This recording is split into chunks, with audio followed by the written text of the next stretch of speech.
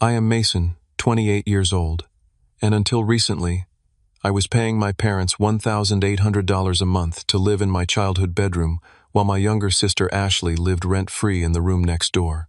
They called it teaching me responsibility. I called it exploitation. When I finally bought my own house with cash, they did not celebrate my success. Instead, they acted like I had betrayed the family.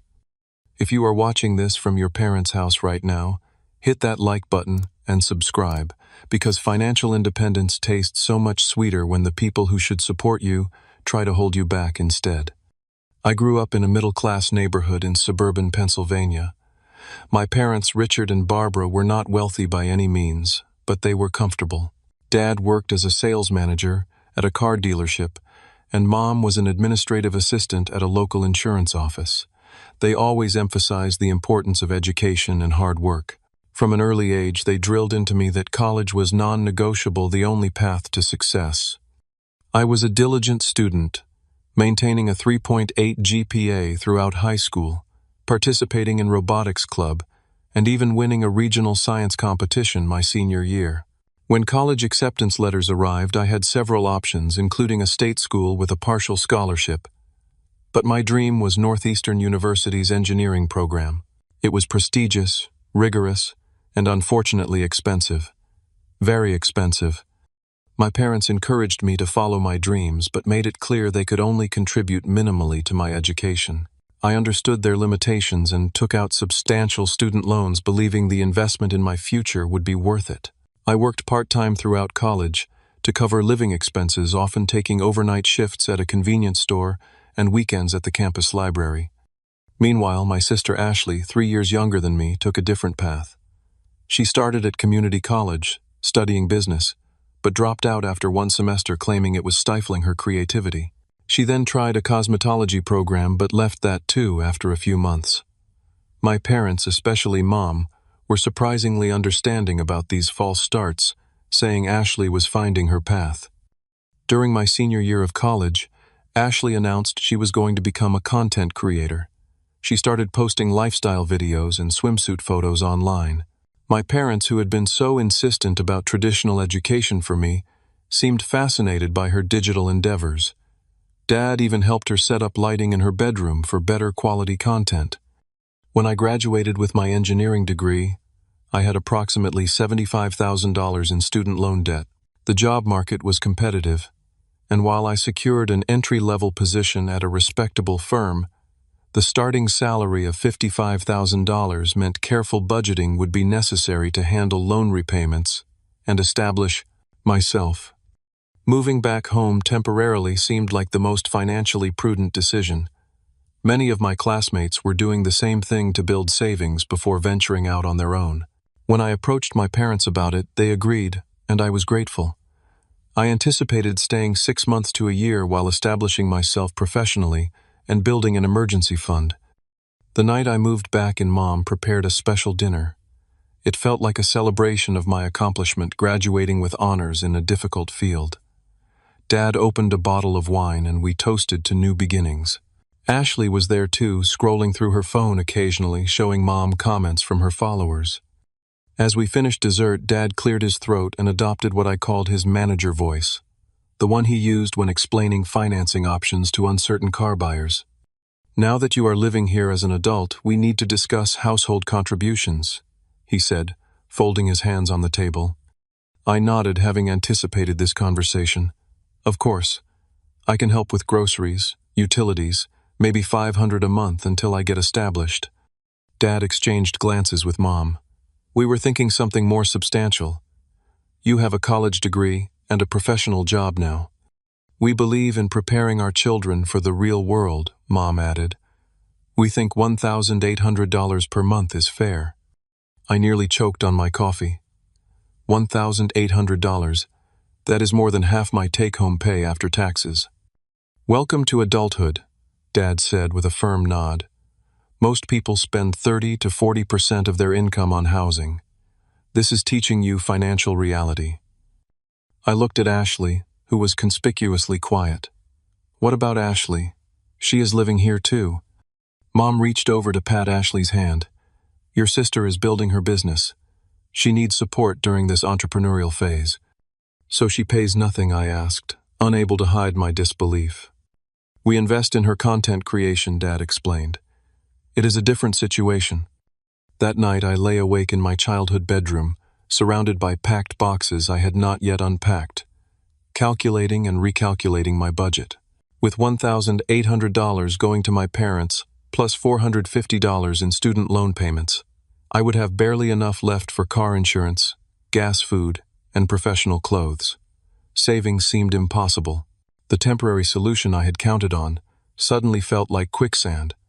The first month living under my parents' roof as a rent-paying tenant was an exercise in extreme budgeting. Every morning I would wake up at 5:30, prepare a simple breakfast of instant oatmeal and pack a lunch to avoid buying food at work. My commute was 40 minutes each way, and I tracked every mile to optimize gas consumption. I brought my own coffee and a thermos, declined happy hour invitations from coworkers, and canceled my streaming subscriptions. Meanwhile, Ashley's lifestyle continued unaffected by financial constraints. She would sleep until mid-morning, then spend hours creating content in her bedroom or by the pool in our backyard.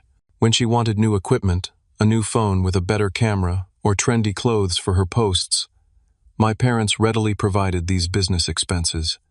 One evening I came home exhausted after working 2 hours overtime to impress my new boss. In the kitchen I found Ashley showing Mom her latest purchases. "Look at this new ring light. It was only $300 and will totally upgrade my videos," she exclaimed, unwrapping the box with excitement. Mom beamed with pride. "Your dedication to quality is why your following keeps growing." When they noticed me in the doorway, Mom's expression changed slightly. "Mason, there is leftover casserole in the fridge if you want it." "Thanks," I said, noticing the shopping bags from high-end stores scattered around the counter. "Looks like someone had a successful shopping trip." Ashley nodded enthusiastically. "Dad gave me his credit card to get some new outfits for my summer content series." I bit my tongue and reheated the casserole, eating alone at the kitchen table, while calculating how many hours of my work had just gone toward my sister's summer content series. After 3 months of this arrangement, I decided to speak with my father privately. I caught him on a Sunday morning when he was enjoying coffee and reading news on his tablet in the backyard. "Dad, can we talk about the rent situation?" I asked, taking the seat across from him. He looked up, his expression already hardening. "What about it? It seems unbalanced that I am paying so much while Ashley pays nothing. I have student loans to pay off too." Dad set down his tablet and leaned forward. "Mason, I want you to understand something. When I was your age, I was already married with a baby on the way, working 2 jobs and paying a mortgage. Nobody gave me handouts." "This is not about handouts," I tried to explain. "It is about fairness. We are both adults living at home." "Your sister is building something from scratch," he countered. "That takes investment and support. You have a degree and a stable job. Different circumstances require different approaches."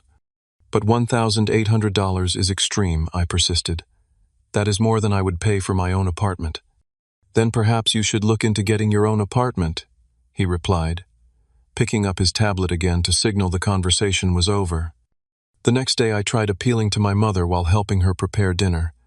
She was usually the more empathetic parent, and I hoped she might see the inequality more clearly.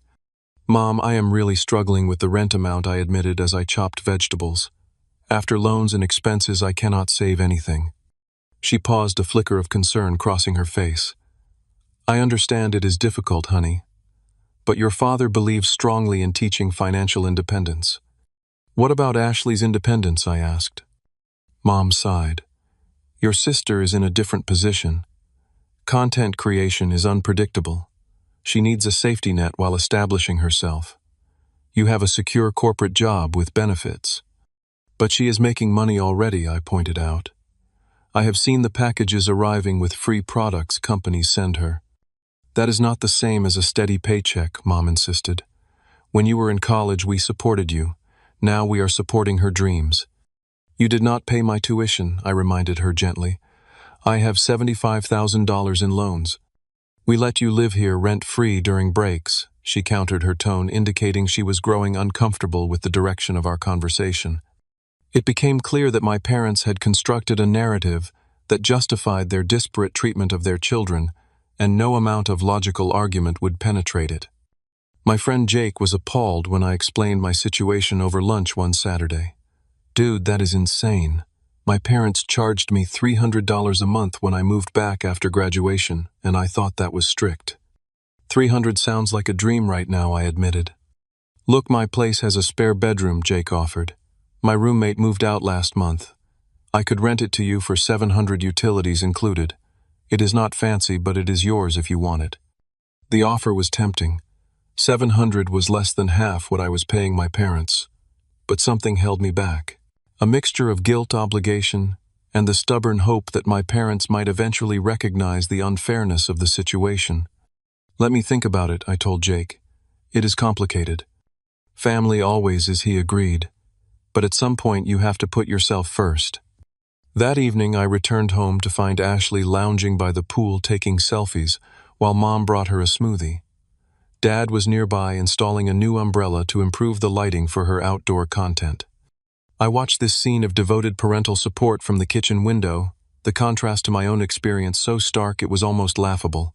That night I created a spreadsheet comparing my current situation with what life would look like if I accepted Jake's offer. The numbers did not lie. Staying was financial self-sabotage. Yet something kept me rooted in place. Perhaps it was the deeply ingrained desire for parental approval, or the hope that my sacrifice would eventually be acknowledged. Whatever the reason, I decided to stay a little longer, but with a new goal to save enough to escape permanently, not just to Jake's spare room but to a place of my own. After deciding to stay, despite the unfairness, I implemented what I privately called Operation Escape Plan. This meant cutting expenses beyond what I had already trimmed, and finding ways to increase my income. I deleted all food delivery apps from my phone, started cutting my own hair, and switched to the cheapest possible cell phone plan. My lunch became peanut butter sandwiches every day, and I began walking the last mile to work to save on gas when weather permitted. Beyond frugality, I pursued additional income streams with single-minded focus. I took on freelance CAD work on evenings and weekends, designing simple components for a former classmate's startup. I signed up for overtime whenever it was available at my main job, volunteering for holiday shifts that paid time and a half. I even spent 2 weekends helping Jake's uncle move his warehouse inventory, earning cash for the back-breaking labor. Every dollar I earned went into a separate savings account I had opened at a different bank than my main checking account. I called it my Freedom Fund, and watching it grow provided a psychological lifeline during this difficult period. The atmosphere at home grew increasingly tense. My parents seemed to interpret my longer work hours as a personal affront, as if I was deliberately avoiding family time rather than trying to build a financial foundation. "You missed dinner again last night," Mom commented one morning as I grabbed a granola bar on my way out. "We barely see you anymore." "I had a deadline," I explained, not mentioning it was for my freelance work. "Family should come first," she replied. "Ashley always makes time for our dinners, even with her busy content schedule." I bit back a retort about how Ashley's busy schedule happened under the same roof, subsidized by my rent money. Instead, I simply nodded and headed out the door. The most painful moment came during a family celebration for Ashley's latest achievement. She had reached some monetization milestone on her platform, and my parents organized a special dinner, complete with champagne and a cake that read, "Congratulations on 20,000 followers." I had been forced to work late that evening to meet a project deadline but promised to be home by 7:30 for the celebration. Traffic was brutal and I arrived at 7:45 to find them already eating dessert. "Nice of you to join us," Dad remarked dryly. "We decided not to wait."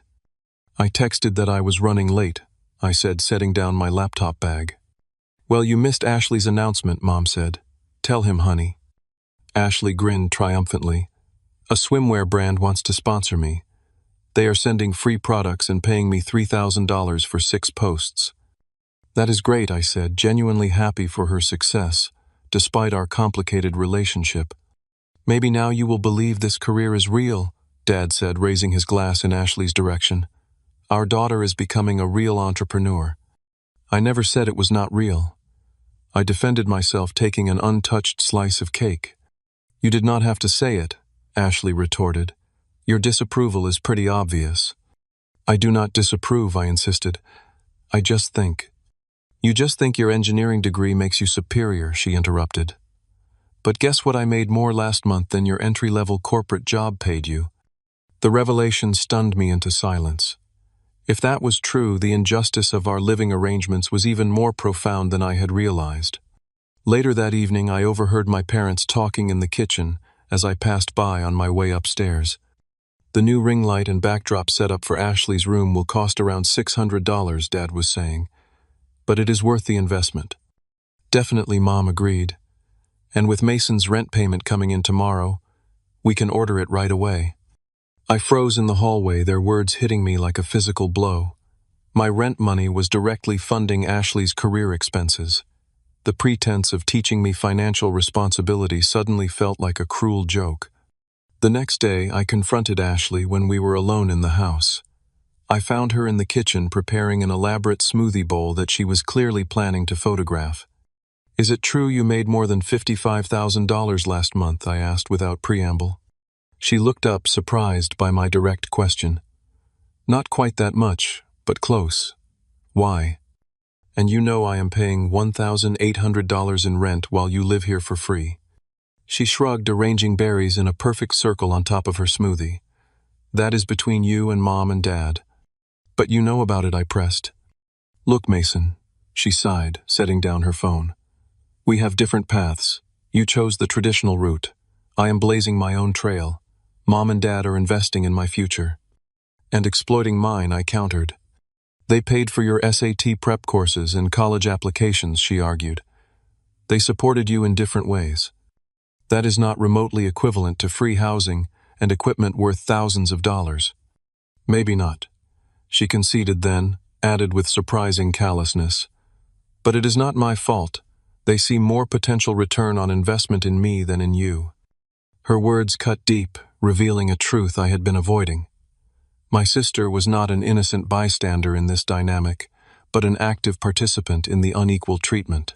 Whatever closeness we had shared growing up was now thoroughly corrupted by money and parental favoritism. That night I called Jake. Is that spare room still available? I asked. For you always, he replied. When do you want to move in? This weekend, I said, feeling a weight lift from my shoulders, even as a new sadness settled in my chest. I cannot do this anymore. When I informed my parents of my decision, their reaction was a mixture of surprise and indignation. You are choosing to pay rent to a friend instead of contributing to your family, Dad asked incredulously. I am choosing to pay less than half the rent for more independence, I clarified. This is about the money then, Mom said, looking disappointed. I thought we raised you to value family over finances. This is about fairness, I corrected her, and respect. If you leave now, do not expect to come back when things get tough. Dad warned, his voice hard. That is not how family is supposed to work, I replied quietly. But thank you for making my decision easier. The day I moved out, Ashley was doing a live stream in the backyard, completely uninterested in my departure.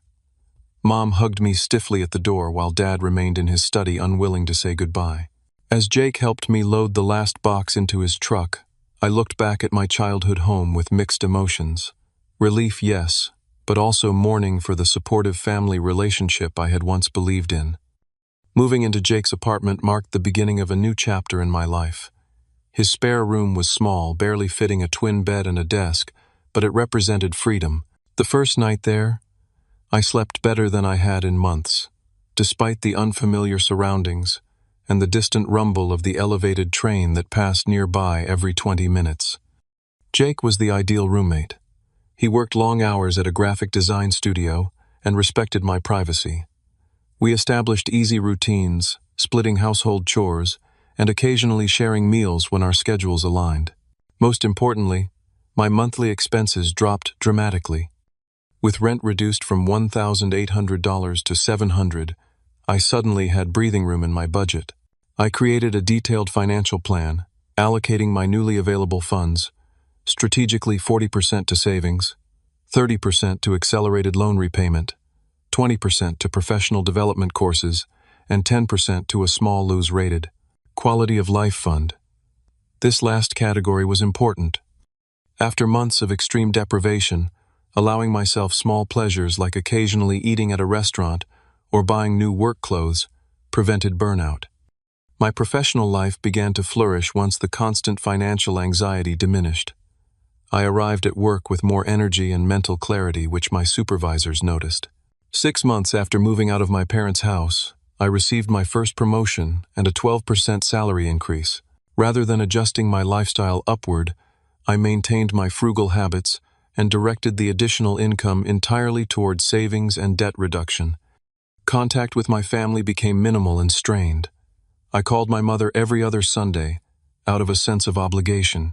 These conversations followed a predictable pattern: superficial exchanges about work and weather her updates about Ashley's latest achievements, and thinly veiled suggestions that I should reconcile with my father. Ashley got a sponsorship deal with a fitness drink company, Mom informed me during one such call. They are flying her to Miami next month for a promotional event. That is nice, I replied neutrally. Your father installed a new filter on the pool so her underwater content looks clearer, she continued, apparently not registering my lack of enthusiasm. He is so supportive of her career. He always has been, I observed the words, coming out more bitterly than intended. Mom sighed. He asks about you, you know, in his own way.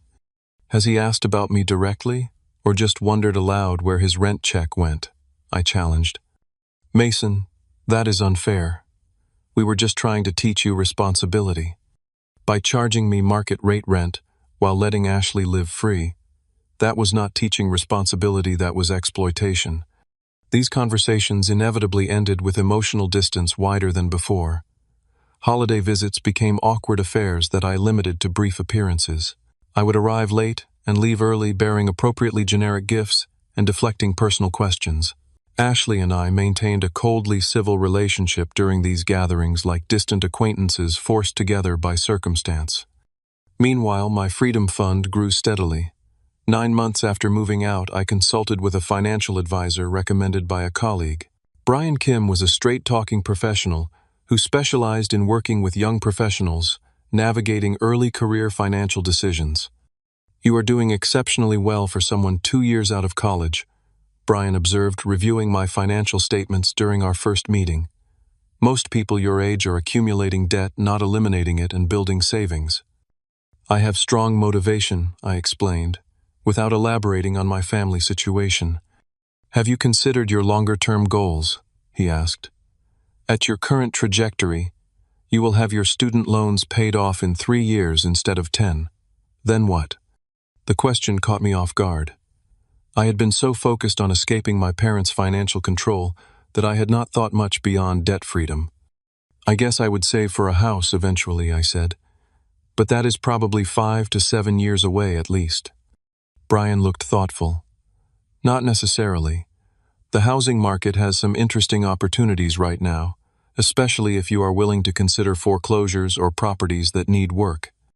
I do not have a down payment, I pointed out.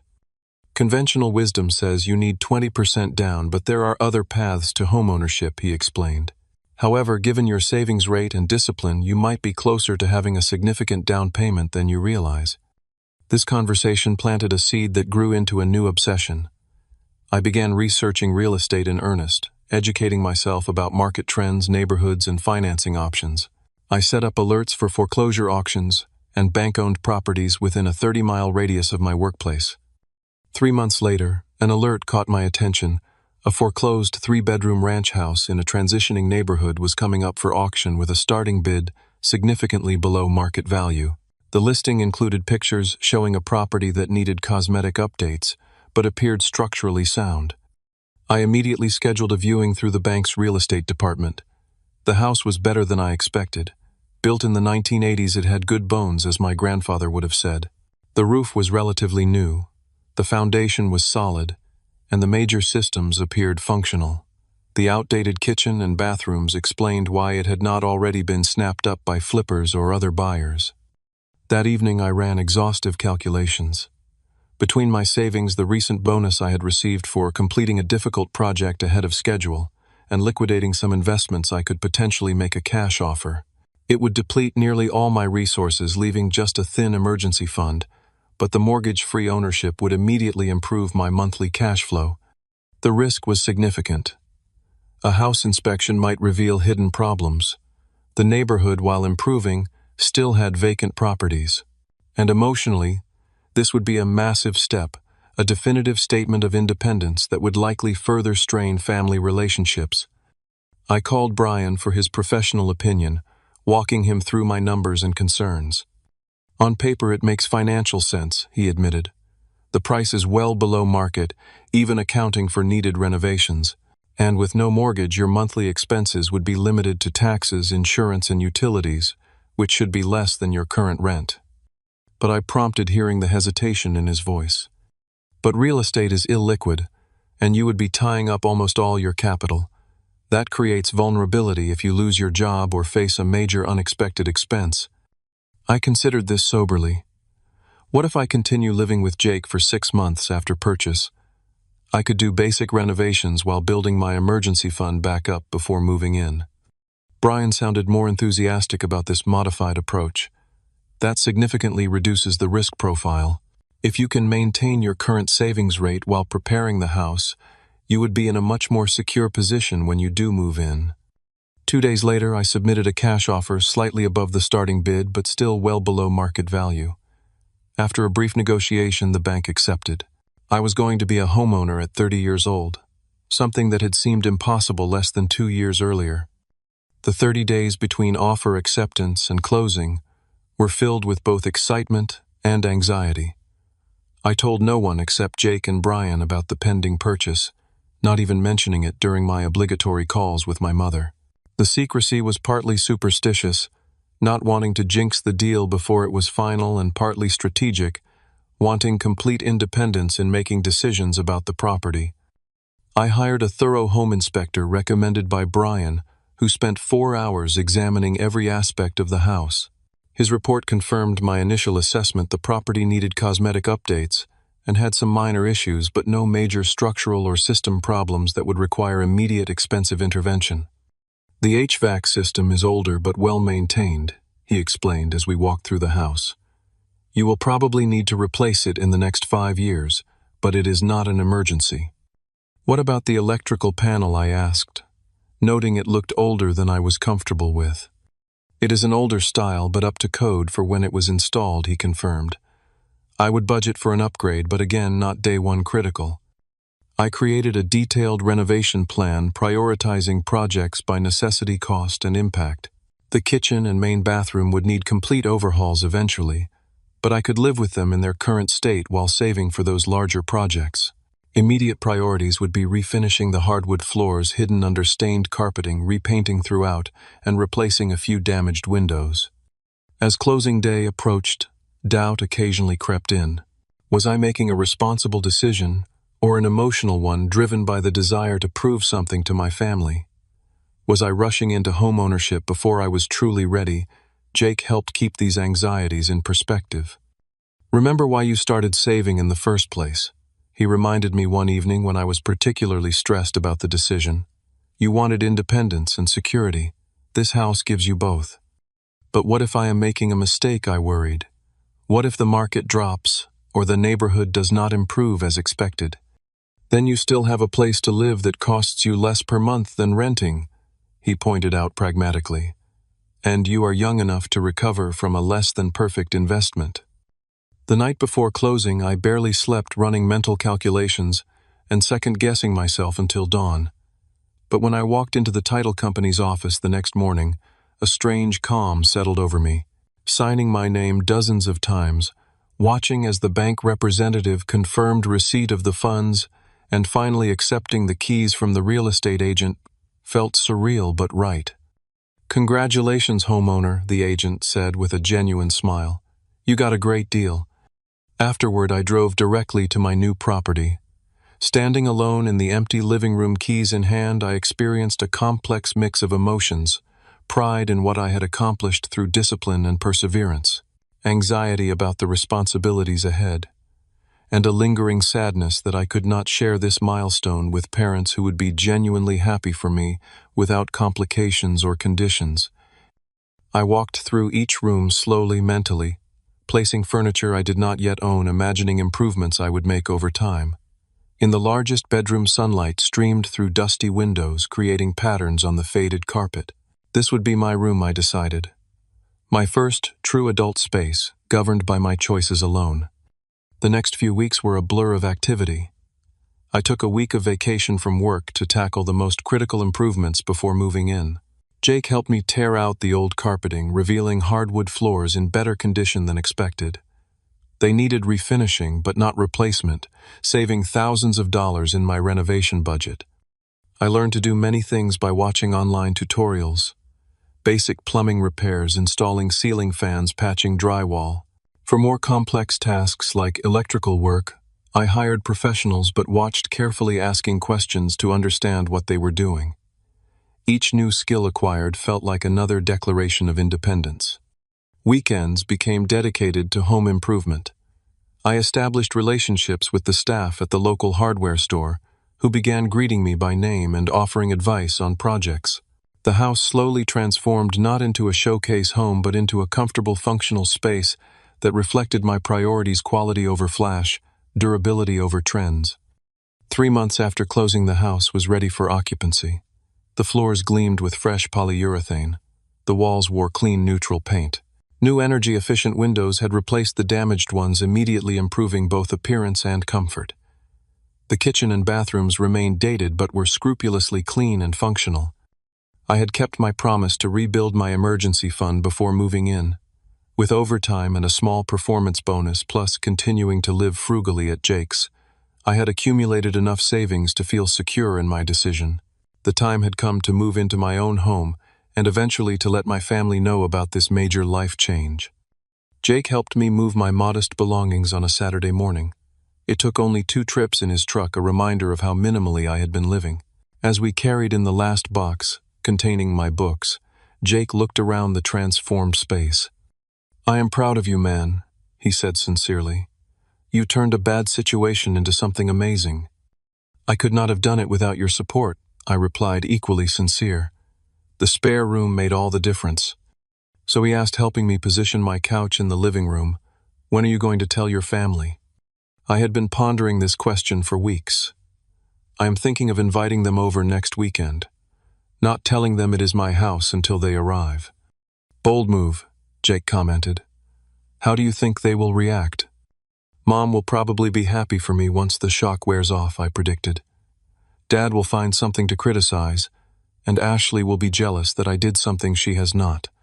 "Well, whatever happens, you have accomplished something significant," Jake reminded me.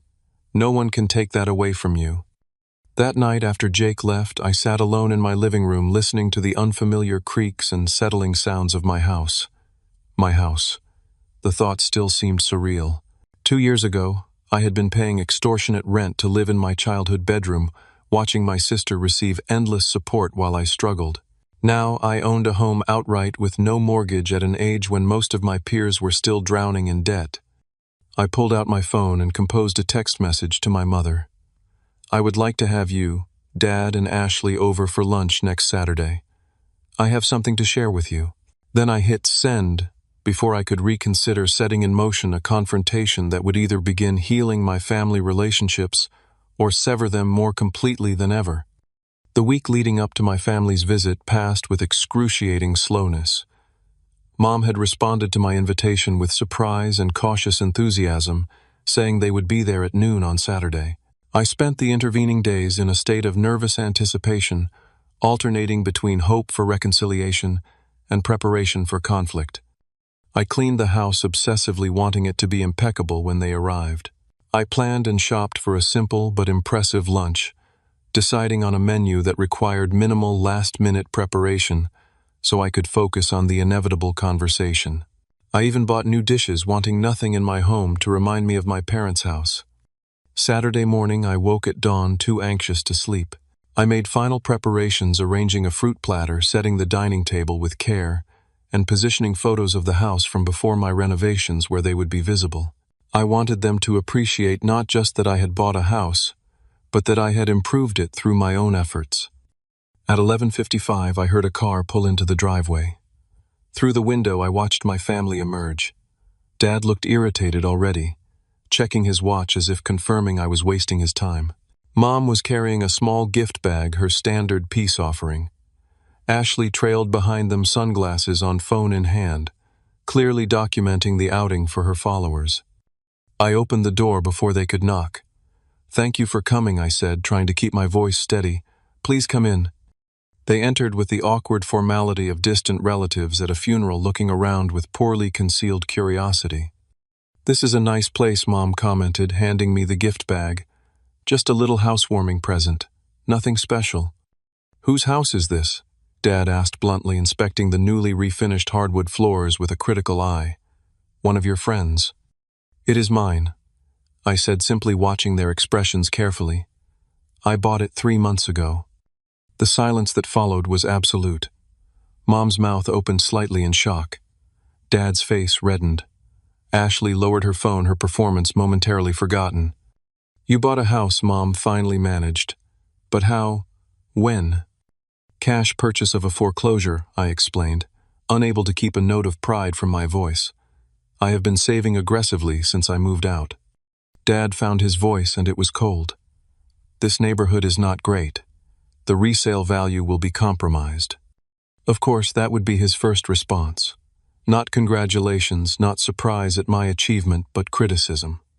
"The area is improving," I countered. "There has been significant investment in the commercial district 2 blocks over, and property values have increased 15% in the last year." Still, he persisted, "You should have consulted someone with more experience before making such a major decision." "I worked with a financial advisor," I said, "and did extensive research." Mom was looking around with growing appreciation. "You have done a lot of work here. It looks lovely." "Thank you," I replied, grateful for the small acknowledgement. "I have learned a lot about home improvement." "Well," she said with forced brightness, "this calls for a proper tour." I showed them through the house, pointing out the improvements I had made, and discussing my plans for future projects. Mom made appropriate noises of approval. Dad continued finding flaws, questioning my choice of paint colors, the kitchen appliances I had kept, the placement of furniture. Ashley remained unusually quiet, trailing behind, and occasionally taking photos when she thought I was not looking. When we returned to the living room, an uncomfortable silence fell. I suggested we move to the dining room for lunch, hoping food might ease the tension. It did not. As we ate, Dad finally asked the question I had been waiting for. "So what did this place cost you? If you do not mind my asking."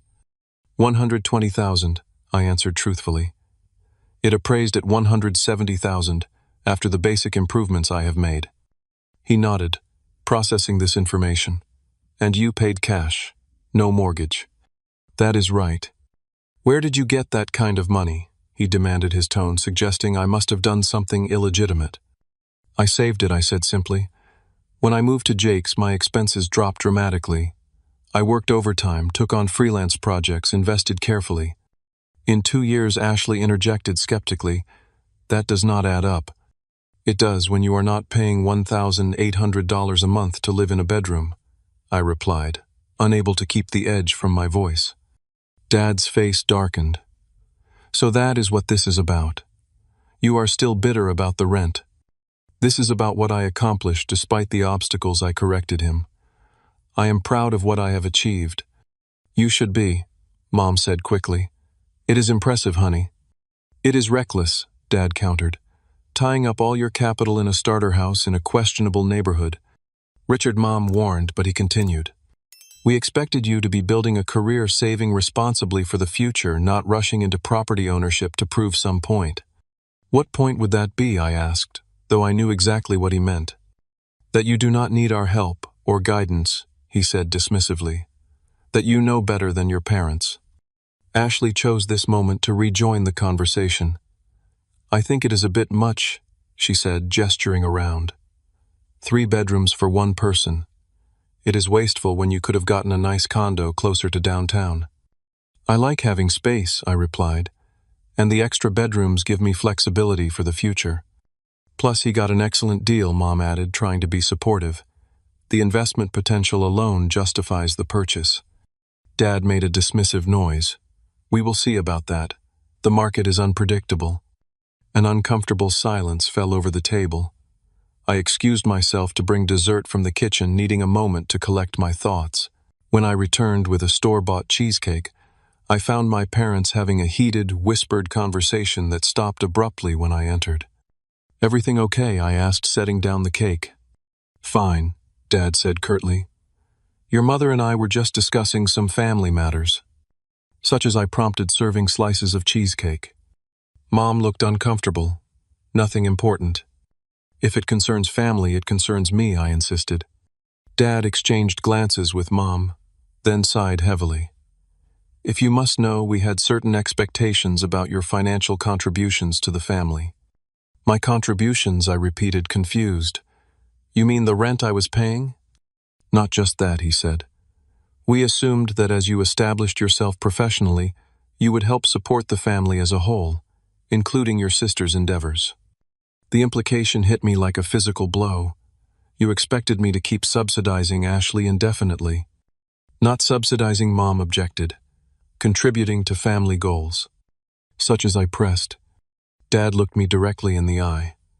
"We had discussed using some of your rent money toward a down payment for Ashley once her online business reached a certain threshold."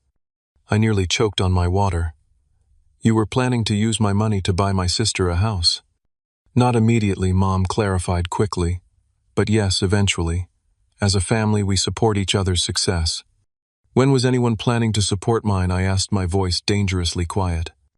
"We gave you a stable home during your transitional period," Dad replied stiffly. "We provided you the foundation to build your career."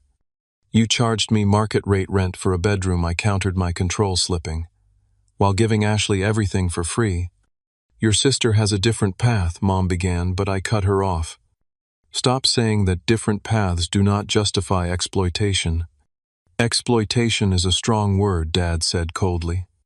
"What would you call charging one child premium rent while giving the other free housing equipment and apparently planning to buy her a house using the first child's money?" I challenged. Ashley finally spoke up. "It is not my fault they see my career as more promising than your boring corporate job." "Ashley," Mom admonished, but the damage was done.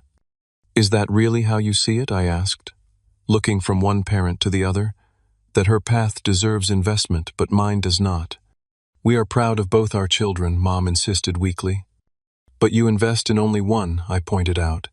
"Actions speak louder than words." Dad pushed his plate away, his dessert untouched. "I think we have heard enough ingratitude for one day.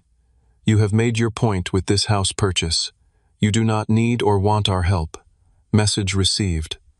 "That is not what this is about," I tried to explain.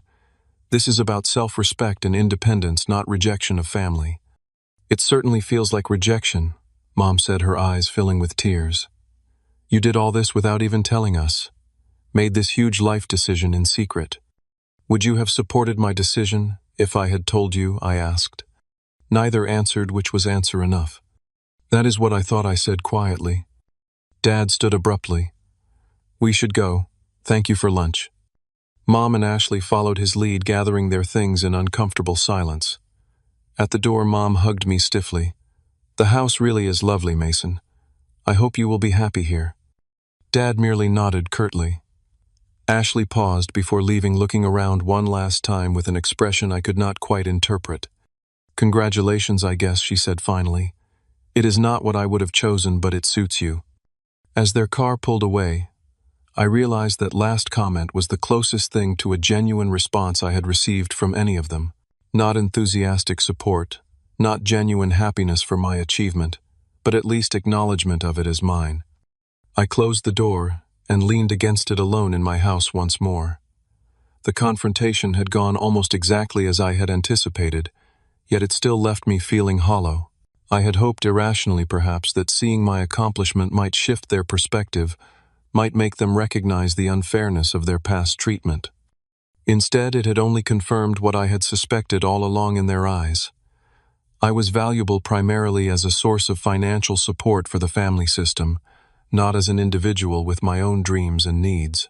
The revelation about their plans to use my money toward a house for Ashley was the final confirmation of a painful truth I had been avoiding.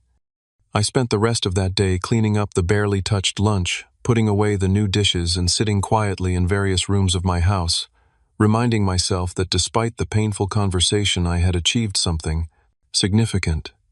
This space was mine, earned through determination and sacrifice.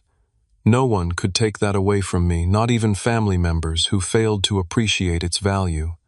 The weeks following my family's visit were difficult. Despite the satisfaction of homeownership, I found myself questioning my decisions, wondering if I had acted out of spite rather than sound judgment. The echo of my empty house sometimes amplified these doubts, especially in the evenings when I returned from work to rooms still sparsely furnished and walls still mostly bare. I threw myself into additional home improvement projects to quiet these thoughts. I built bookcases for the second bedroom I had designated as a home office. I planted a small vegetable garden in the backyard, finding unexpected peace in the simple act of nurturing growing things. I installed smart home features that allowed me to control lighting and temperature from my phone, small luxuries that made the house feel more personally mine. Jake visited, often bringing pizza and beer to celebrate each completed project. His steady friendship had been my one constant support through the entire journey, and I made sure he knew how much I appreciated it. "Have you heard from your family?" he asked one evening as we installed a ceiling fan in the living room. "Mom texted to thank me for lunch," I replied, handing him a screwdriver. "Nothing from Dad or Ashley." "Give them time," he suggested. It was a shock. "A shock that I succeeded without their help, you mean?" "Exactly. People do not like having their narratives disrupted, especially parents who think they know what is best for their kids." His observation was insightful. My success had disrupted the family narrative that I needed their guidance and control, that Ashley was the creative entrepreneur, while I was the stable but unexceptional corporate worker. By achieving significant financial success at a young age, I had challenged not just their treatment of me, but their entire understanding of who I was. Unexpectedly, it was my mother's sister, Aunt Carol, who provided the first bridge back to family connections. She called one Sunday afternoon, something she rarely did. "Mason, I heard you bought a house," she said without preamble. "Congratulations." "Thanks, Aunt Carol," I replied, surprised by her enthusiasm. "How did you hear about it?" "Your mom mentioned it at Sunday dinner last week. I wanted to hear more about it directly from you." I described the house and the work I had done, warming to the topic under her genuine interest. When I finished, she was quiet for a moment. "You know, you remind me of your grandfather," she said finally. "He was like you. Determined, self-reliant, good with his hands. He would have been so proud of what you have accomplished." Her words touched something deep inside me. My grandfather had died when I was in high school, but I had always felt a connection to him. He had built his own business from nothing, working tirelessly to provide opportunities for his children, including my father. "Thank you," I said, my voice thick with unexpected emotion. "That means a lot. Your parents—" She hesitated, then continued carefully. "They have their own ideas about family and success. Sometimes they lose sight of the individual in pursuit of their vision." It was the closest anyone in the family had come to acknowledging the unfairness of my situation. Coming from my father's sister, it carried special weight. "I have noticed," I said dryly. "Just know that not everyone in the family shares their perspective," she assured me. "Many of us are incredibly impressed by what you have achieved." After that conversation, I began receiving occasional texts from cousins and other extended family members, many asking to see the house or offering renovation tips. These connections helped ease the isolation I had been feeling and provided perspective on my immediate family's reaction. 6 months after purchasing my house, its transformation was remarkable. The kitchen now featured refurbished cabinets, new countertops, and updated lighting. The main bathroom boasted new fixtures and elegant tile work I had installed myself after multiple practice attempts. The backyard had become a peaceful retreat with a small deck perfect for morning coffee or evening relaxation. My professional life continued to flourish as well. The stability of homeownership had allowed me to take calculated risks at work, volunteering for challenging projects that showcased my abilities.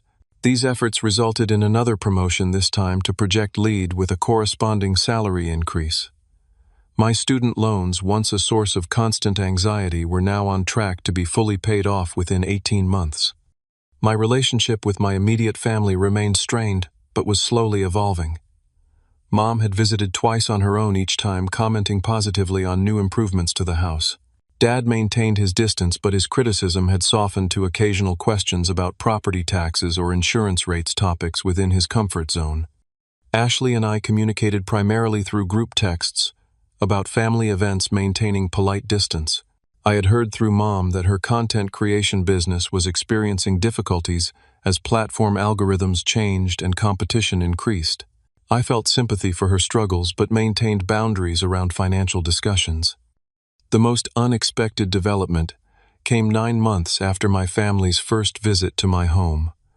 I was working in the front yard, planting shrubs along the border, when an unfamiliar car parked at the curb. To my surprise, Ashley emerged, looking hesitant and uncomfortable. "Hey," she said, approaching the yard. "Your place looks different." "Landscaping makes a big difference," I replied, standing and removing my gardening gloves. "What brings you by?" She glanced back at her car, then at me. "Can we talk inside?" Once seated in my now fully furnished living room, Ashley seemed at a loss for words. I waited, curious about this unprecedented solo visit. "Your house looks amazing," she finally said. "You have done a lot with it." "Thanks. It has been a learning experience." She nodded, then took a deep breath. "I need to tell you something, and I am not sure how." "Just say it," I suggested. "Mom and Dad are having financial problems," she blurted out. "Serious ones." This was unexpected. "What kind of problems?" "Dad's dealership is struggling with the economy and supply chain issues, and they invested a lot in my business expansion last year." "Your business expansion," I echoed. She looked down at her hands. "I tried to pivot to merchandise, custom-branded products for my followers. It did not go well." "How not well?" "I ordered too much inventory. The quality was poor. There were shipping issues. The whole thing was a disaster." She paused. "They put $60,000 into it." I whistled softly. "That is a significant investment." "They took out a home equity loan," she continued. "Now they are struggling to make the payments. Dad's income is down, and Mom had to reduce her hours at the insurance office because of her arthritis." "I am sorry to hear that," I said, genuinely concerned despite our complicated history. "But why are you telling me this?" She met my eyes directly for the first time. "They are too proud to ask for help. But they might lose the house, Mason. The house we grew up in." The implication was clear. She was here to ask for money, not for herself this time, but for our parents. "Have they considered downsizing?" I asked. "Their house is far larger than they need with both of us gone." "Dad refuses to consider it," she said, unsurprised by my practical suggestion. "He says it would be admitting failure." "And what about your income? Could you contribute toward the loan payments?" She looked away. "My revenue is down over 70% from last year. The algorithm changes hit me hard, and the merchandise fiasco damaged my reputation with followers." I sat back, absorbing this information. The family financial dynamic had completely reversed in less than 2 years. Now they were struggling while I was secure. "What exactly are you asking me to do?" I inquired, wanting absolute clarity. "I do not know," she admitted. "Help somehow. You are the financially responsible one. You always have been." The irony of her statement was not lost on me. After years of being treated as the less valuable child, my financial stability was now the family's potential safety net. "I need to think about this," I told her. "It is complicated." "I understand," she said, rising to leave. They really are in trouble, Mason. Whatever happened between us, they are still our parents." After she left, I sat for a long time considering the situation from all angles. The easiest response would be refusal. After the way they had treated me, I had no obligation to rescue them from financial decisions that had privileged Ashley at my expense. Yet complete abandonment did not feel right either. Despite everything, I did not want to see my parents lose their home or face financial ruin in their later years. The next day, I called Brian, my financial advisor, to discuss options. After explaining the situation, I asked for his professional perspective. "You have several potential approaches," he advised. "You could offer a one-time gift to help them catch up on payments. You could structure a formal loan with clear terms. Or you could offer to help them develop a long-term financial plan that might include downsizing, budget restructuring, or debt consolidation." "What would you recommend?" I asked. "From a purely financial standpoint, the third option creates the least risk for you while potentially providing the most sustainable solution for them," he replied. "But family dynamics are not just about financial outcomes. You need to consider the emotional and relationship aspects as well." His advice was sound.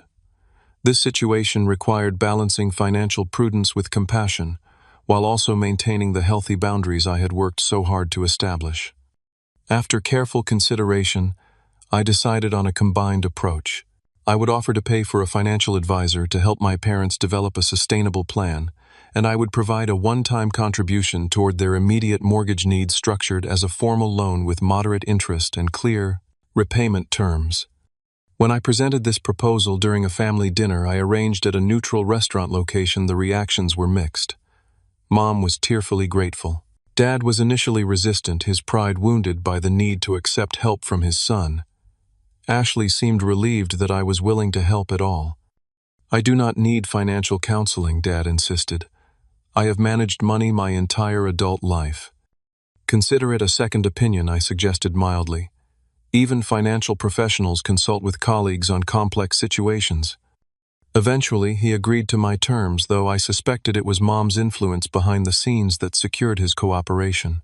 We signed a simple loan agreement I had prepared, formalizing the arrangement and establishing clear expectations on all sides. As I drove home that evening, I reflected on the journey that had brought me to this point. 2 years earlier, I had been paying exorbitant rent to live in my childhood bedroom, watching my sister receive endless support and investment while I struggled. Now I owned a home outright, had a flourishing career, and was in a position to offer financial assistance to the very people who had once exploited my situation. The bitter satisfaction I had anticipated feeling in this reversal of fortunes was largely absent. Instead, I felt a complex mixture of compassion for my parents' difficulties, cautious hope for healthier family relationships moving forward, and quiet pride in my own growth. Not just financial growth, but emotional and psychological maturity as well. The most valuable lesson from this entire experience was not about money at all, but about self-worth. I had learned that my value was not determined by my parents' assessment or by comparison to my sister, but by my own choices, actions, and integrity. Financial independence had been the visible goal, but the true achievement was the internal freedom from seeking validation from those unable or unwilling to provide it. As I pulled into my driveway, the motion sensor lights I had installed illuminated the path to my front door. The house stood solid and welcoming, a physical manifestation of my journey from exploitation to empowerment. Inside, everything reflected my own choices and priorities, from the color of the walls to the arrangement of furniture. This was not just a financial investment, but a sanctuary I had created for myself, a place where I could continue to grow and thrive on my own terms. Have you ever been in a situation where family treated you unfairly financially? I would love to hear your stories in the comments below. If this story resonated with you, please hit that like button and subscribe to hear more real-life experiences. Remember that your worth is not determined by how others treat you, but by how you respond to those situations. Thank you for listening, and I hope this story helps anyone struggling with similar family dynamics. Financial freedom is not just about money. It is about creating a life where you are valued for who you are, not what you can provide to others.